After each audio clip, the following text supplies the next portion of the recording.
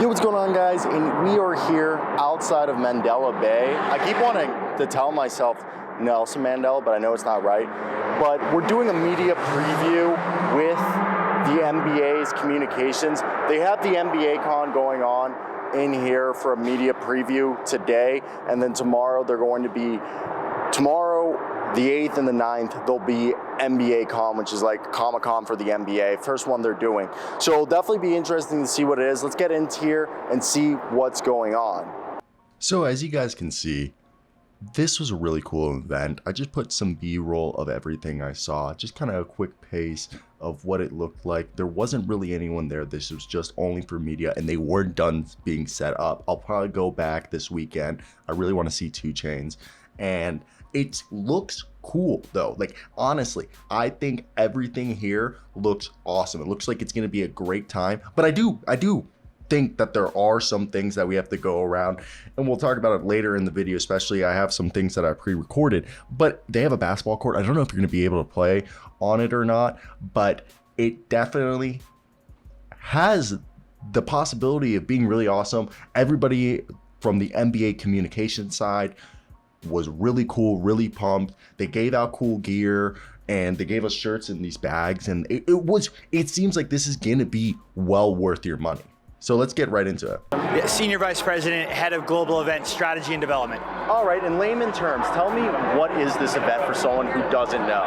Yeah, so the desire is to bring together the holistic interests of our players across fashion, art, music, technology into one environment, to be able to showcase all of the ways in which our players are as dynamic off the court as they are on the court. And we want to do it through exclusive collaborations, by bringing together people, product, conversations that would only happen live in this time and place. So when you come here, you're going to see everything's going to be a one-of-one. It's not going to be something that would exist ever in an NBA Con ever again, and that's what we're going to do here over the next couple days. All right, just want to make sure it's perfect.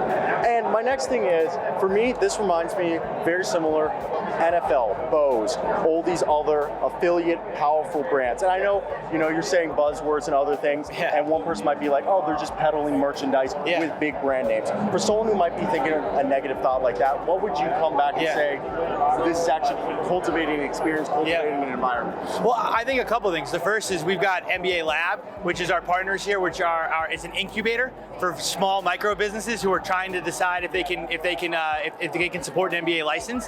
And so to be able to give that kind of platform to our fans, not only to be able to engage with a brand they otherwise couldn't, but to bring that land to life at such a big stage is a really important piece of this.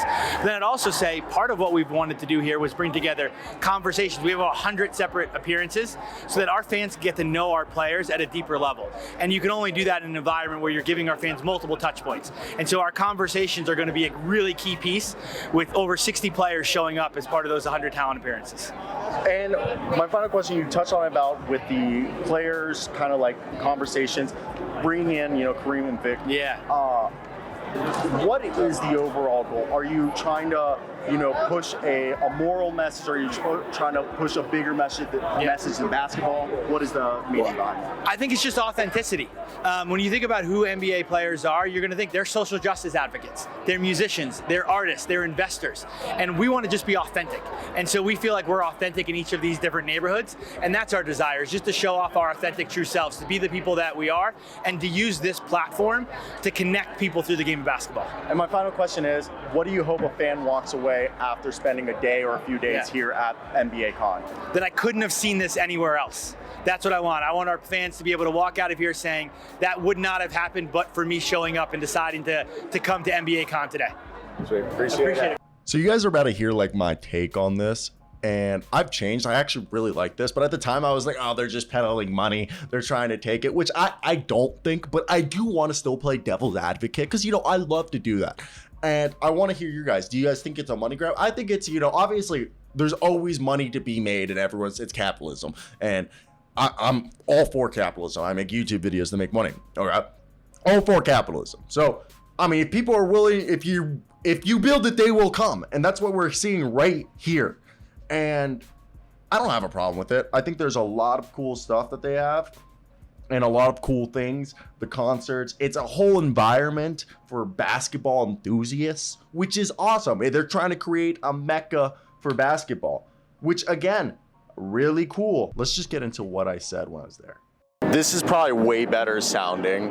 So what's going on here? They have the stage. 2 Chainz is going to perform on July 8th. They're still putting stuff up. This was like a media preview for all the media members in attendance to come out here and see what's going to be going on.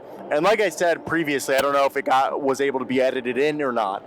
It's a Comic-Con for the NBA. Again, I'm saying it's a money grab, but that's here nor there. It's hearsay. But you have memorabilia. They had some cool Lettermans, but the whole thing is that when you look at an idea like this, it's just them, putting out a product or a merchandise to capitalize off of the monetary incentive by it. So that's kind of where I'm at a gripe with it. It's cool. It's cool if you're a fan. It's cool for people because this is like a mecca of basketball.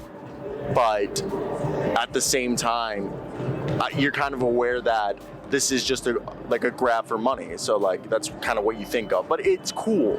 Again, my opinion could change. I'm not really gonna attend because I have Summer League games to watch, but let's get into the interviews. I'll probably have to frame the interviews in a certain way. So it'll be interesting how I do that, but enjoy the B-roll I put together.